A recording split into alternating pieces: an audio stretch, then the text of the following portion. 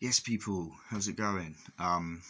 It's still not very nice weather out there. Summer holidays, all you parents out there, wow, I really do feel sorry for you guys having your kids stuck at home.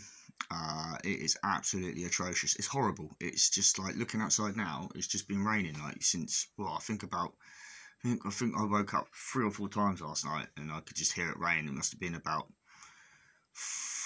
7 o'clock. I woke up this morning and I could hear it, and it hasn't stopped. It's just been doing it all day.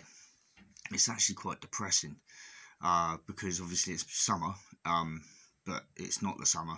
Apparently we've got some good weather coming in next week, but with this being England, you don't trust the weather reports because they're never really right. But anyway, I just wanted to talk about growing up in High Wycombe. I've lived here for 39 years, sorry. I have had pretty wild life.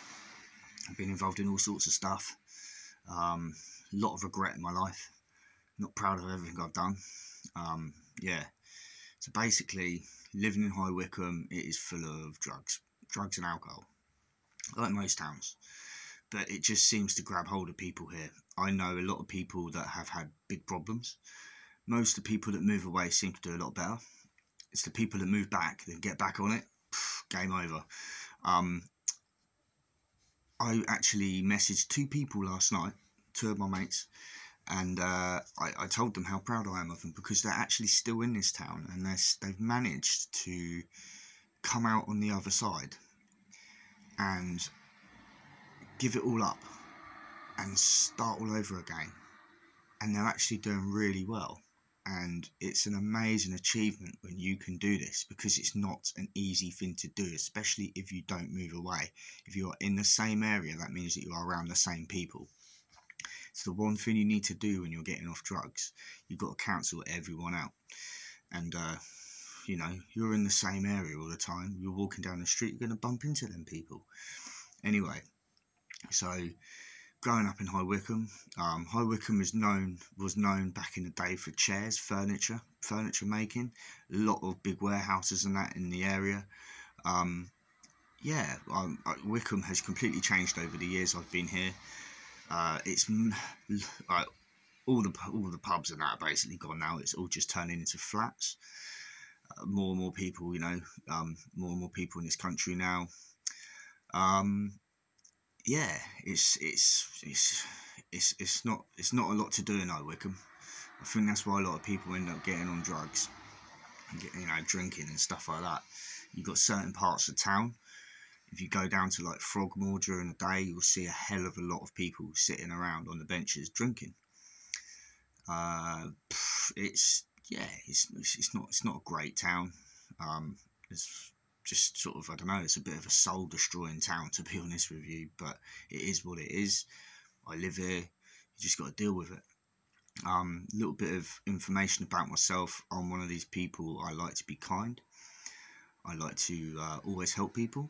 I used to volunteer at a church, at a charity called Fresh Hope, and I used to help feed people that, you know, couldn't afford to buy food. So we used to go around the supermarkets. This church is called the Church of Shalom, and it's run by 2 pastors, Christine and Robin. They are the nicest people you'll ever meet in your life. Like literally, these people helped me so much since I've known them. I've known them around 2017. Yeah, around 2017, all the way up to now. I'm still in contact with them. Unfortunately, I'm not going to go too much into this, but Fresh Hope, it got closed down in 2020 because of the coronavirus, and the church wasn't big enough for people to go in because of the coronavirus. And then another charity overtook, and we were forced to shut down. Basically, all I'm going to say is the guy that runs the new charity, I'm not going to mention the charity's name, they know who they are. They stole all our contacts and poached some of the volunteers from the church. The guy works for the council, so you can imagine, you know, he's a snake basically. But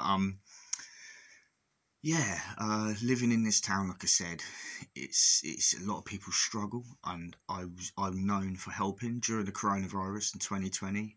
I spent a lot of my time getting food parcels and delivering them to people that needed them. And yeah, like we used to go to supermarkets and pick up the out of date food.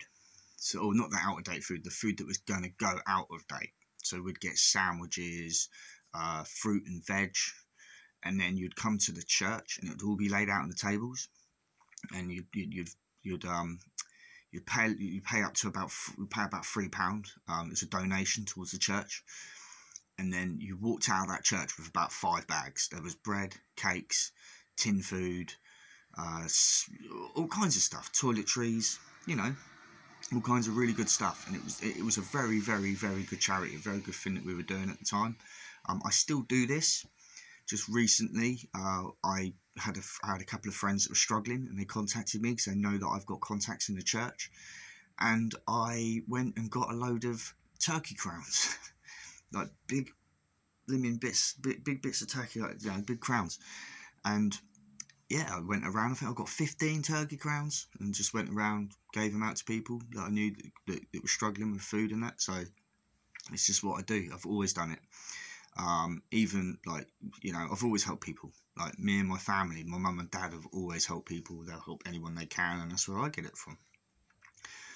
So last night I sent 7 personal messages out on WhatsApp to people that I care about a lot, and I told them how I felt, how proud I am that I know them, because I always feel that it's always good to spread positivity, even when I'm at my darkest, which I am at the moment. I am not doing very well in my life. I haven't seen my kids for a long time. Again, this system over here, there is no help for dads. No help whatsoever. All we get told is take it to court. Well, if you ain't got no money, you can't take it to court. And then when you don't take it to court, then you get labelled as a rubbish father. I can't work at the minute because I am not well. I'm suffering from depression and anxiety. I've been signed off work because of this, which is probably another reason why I'm not doing well, because I'm a worker. I left school at 17 and I worked all the way up to I had to look after my kids. I was in my mid-30s when about 34 when I had to start looking after my kids. And so not working, I like to be active. I can't be by myself. I hate being by myself. I always like to be around people, and just like, but it's something I've got to learn, is to be by myself and like my own company, as they put it, which I'm finding very difficult. I had a very, very wild lifestyle. Obviously, I got involved in a lot of stupid stuff, which I'm not proud of. I've hurt a lot of people along the way, and now I'm suffering for it. But I've always tried to be a good person. Like I said, with the food, the charity work I do, I'm actually just starting up a volunteer job just to help my own mind. I'm going to be working in a charity shop local to me in Hazelmere, looking to do 3 days a week. Just to help. It's mainly women in this charity shop, and they need someone down there to do a lot of the heavy lifting. So I thought, why not? I've got nothing else to do. This past week has been a real struggle for me. Real struggle. Last night I did these personal messages, and I had to pour my heart out. I'm not on drugs and alcohol, so it come from the heart. It come from here. It comes straight from my heart. And I said some very personal stuff to some people, to my friends, and I feel a bit better today because I've got stuff off my chest. Some of them got back to me last night and thanked me for what I said, and that they appreciated it, and that was nice. That meant a lot to me. It was nice to hear from these people, so that I know that I'm appreciated. Yeah, so I mean, right, so basically, like I was saying, I'm from Wycombe, and I don't live in High Wycombe. I live on the outskirts. I live in Hazelmere. Hazelmere is the nice part of High Wycombe. Trust me. You go into High Wycombe, it's like Beirut on a good day. Yeah, it's a different breed out there. I mean, I'll tell you a story here. This is how bad it is, right? So a few years ago, I went to a house. I was dropping off some food and stuff to this person, and this house was known as a drug den. And while I was in there dropping this food off, I stopped and I had a chat with the person who lived there.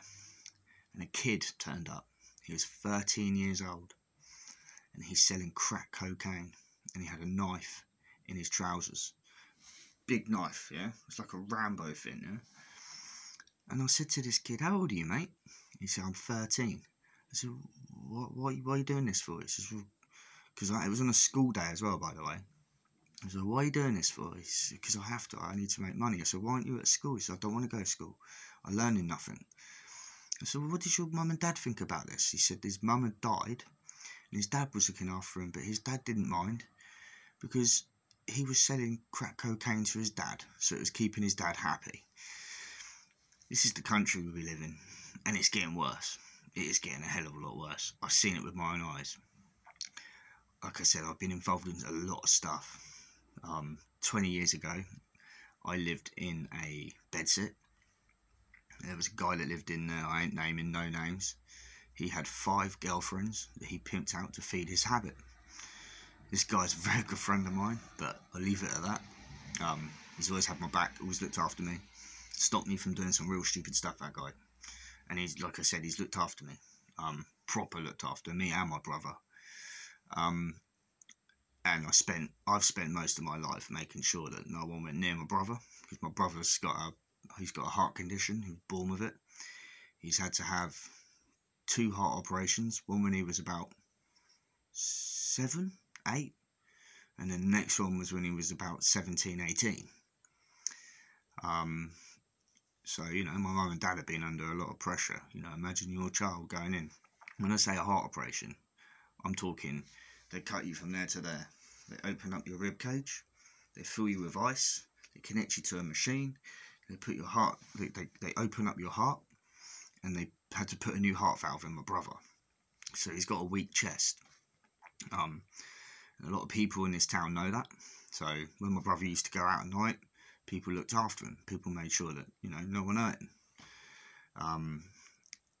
Yeah, it's not, like I said, it's not a very nice town. There's a lot of people in here, this town, that think they're Charlie Big Potatoes, as Ray Hill would put it.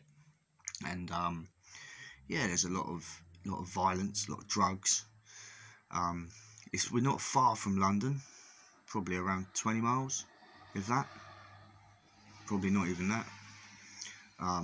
We're blessed in Hazelmere, because if you look at my shorts, you'll see I'm surrounded by countryside. That's why I walk the dog all the time, which helps my mental health. You know, it gives me the fresh air. It gives me time to think. It gives me time to think about what I'm going to do next. I try not to think about the stuff I've done in the past, because it's just one big regret. Like this year was my biggest regret this year. Well, I've got a couple now. It's been a week since my accident, by the way. Well, just over a week now.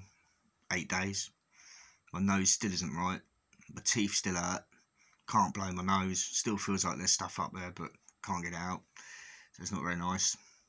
Yeah, this year I met someone, but my mind is so broken due to not seeing my kids that I couldn't maintain it. But I'm going to be honest with you, this person, I think she was too good for me. That's how I feel. It's not a nice feeling, but sometimes you can see things.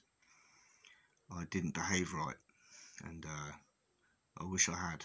I wish I could take it all back, start all over again, go from a different angle, sort things out, but what's done is done. You can't change the past. You just got to work on the future.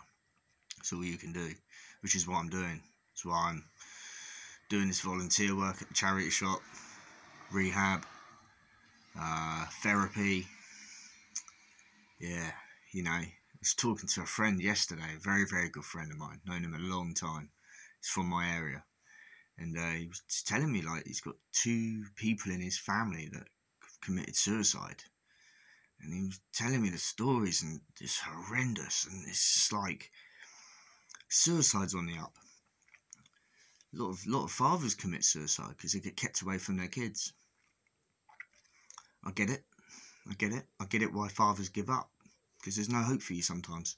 There's no support out there. Everyone seems to side with the mother. They can make up what they want, and they get away with it.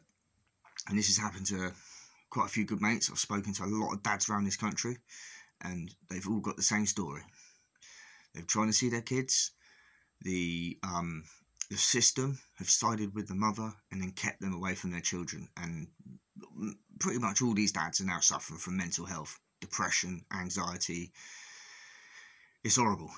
It is a horrible system. It's a system that needs to be changed, because there's kids out there that are growing up without their fathers, or without their real fathers, and their real fathers, they want to be in their kids' lives, but they can't, because they're too scared to go anywhere. Try and fight this system, because there's just no hope for you. But there you go. It is what it is, really. But you know, we tried to make a change last year. If you go onto YouTube and type in "Fathers Have Rights Too," you'll see I did a documentary. Please watch it if you've got a spare 40 minutes. I mean, a lot of you probably have at the moment, because you ain't going to be going outside in this weather. But yeah, so it's quite a depressing time for a lot of people. But I've got a lot of friends that are in bad places at the minute that are really, really struggling with life. It's depressing. It is depressing, you know. But all I'm going to say is, you just got to keep your chin up, keep moving forward. Try and better yourself. Try and take your mind off of your situation, or of your problems. This is what you have to do as a person. Try your hardest, Jess. Try and spread positivity and love. It's what I did last night. You know, make people smile. Help people, yeah? Because helping people, making them smile, it goes a hell of a long way. So, yeah, anyone out there that's struggling, I get it. I really do. I am so tired at the minute. I am absolutely shattered. Woke up 3 times last night. Had 3 really weird dreams. One of them I was at a council estate, and I was trying to get somewhere. And I was walking through this building that would then go into another building. But it was like I'd been to this place before. It was like I recognise it, whether I've dreamt about it before. But I was with some people, and we had drugs on us, and we were trying to get to this house so we could take these drugs. And on the way, I was in my car, and the police were looking for me. I couldn't see while I was driving, and then I started driving down the train track, and all these cars are beeping at me, beep, beep, beep, telling me to get off the train track. So then I started driving through the woods, and then I was back on this council estate again, which I was trying to get out of, but I just kept ending up back in the same council estate.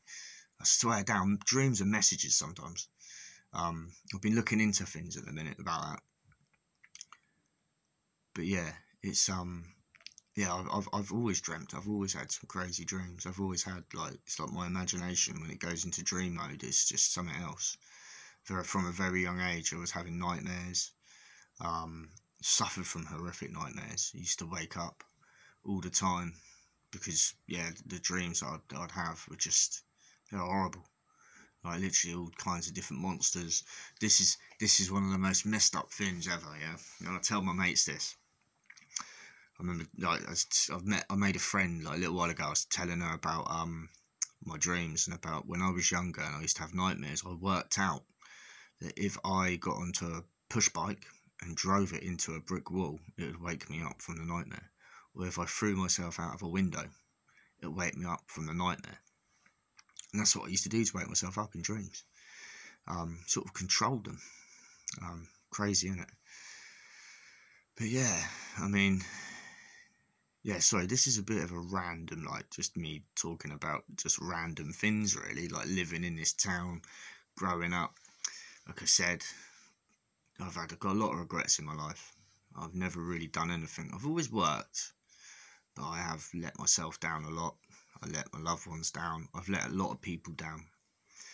But I suffer for it. I suffer for it all the time. Like, I come across as a very happy person, but I hide behind a giant, giant fake smile at the minute. But you know, it's life. It's what we do with our life that counts, and some of us, we don't take the right path. I mean, I used to hang around with some really crazy, nasty people. But these crazy, nasty people, though, become very good friends. And like I said, they looked after me. And I appreciate it. But yeah, you know, I'm 42 next year. I ain't got nothing. Pretty much, I ain't got nothing. And I think that's what sort of hit me hard, like this year. Not seeing my kids. I've got nothing to show for it. I've got loads of friends. Loads of people. Like, the people I messaged yesterday, they're very close friends. One of them's very special to me. But, you know, like I said, I poured my heart out, and everything I said come from my heart. And, yeah, it's just bad times, like, you know, very, very, like, for me, it's very depressing times. It's been a very big struggle this year, accepting that I have got mental health. I never thought I'd have it, but I just think that, like, you know, my mind's just been through so much, and it's just got to the point where my mind snapped. But I'm working on it. I'm working on myself, and you can all do the same. Never give up on yourself. If you give up on yourself, then it's over, really, isn't it? You just got to keep going forward. You just got to keep trying. That's all we can do. You know, people are always telling me to be strong. I've always been strong, but having my kids kept away from me has made me weak, very weak. Anyway, so yeah, I'm going to leave it at that. Thanks to everyone for tuning in, watching. Please, can you share your stuff on my social media? Like my video. Yeah, get people to subscribe, people to watch. I'd really appreciate it. I would say enjoy the weather, but I don't think the good weather's coming till next week. So yeah, anyway, people, peace out, love, and I'll speak to you guys soon.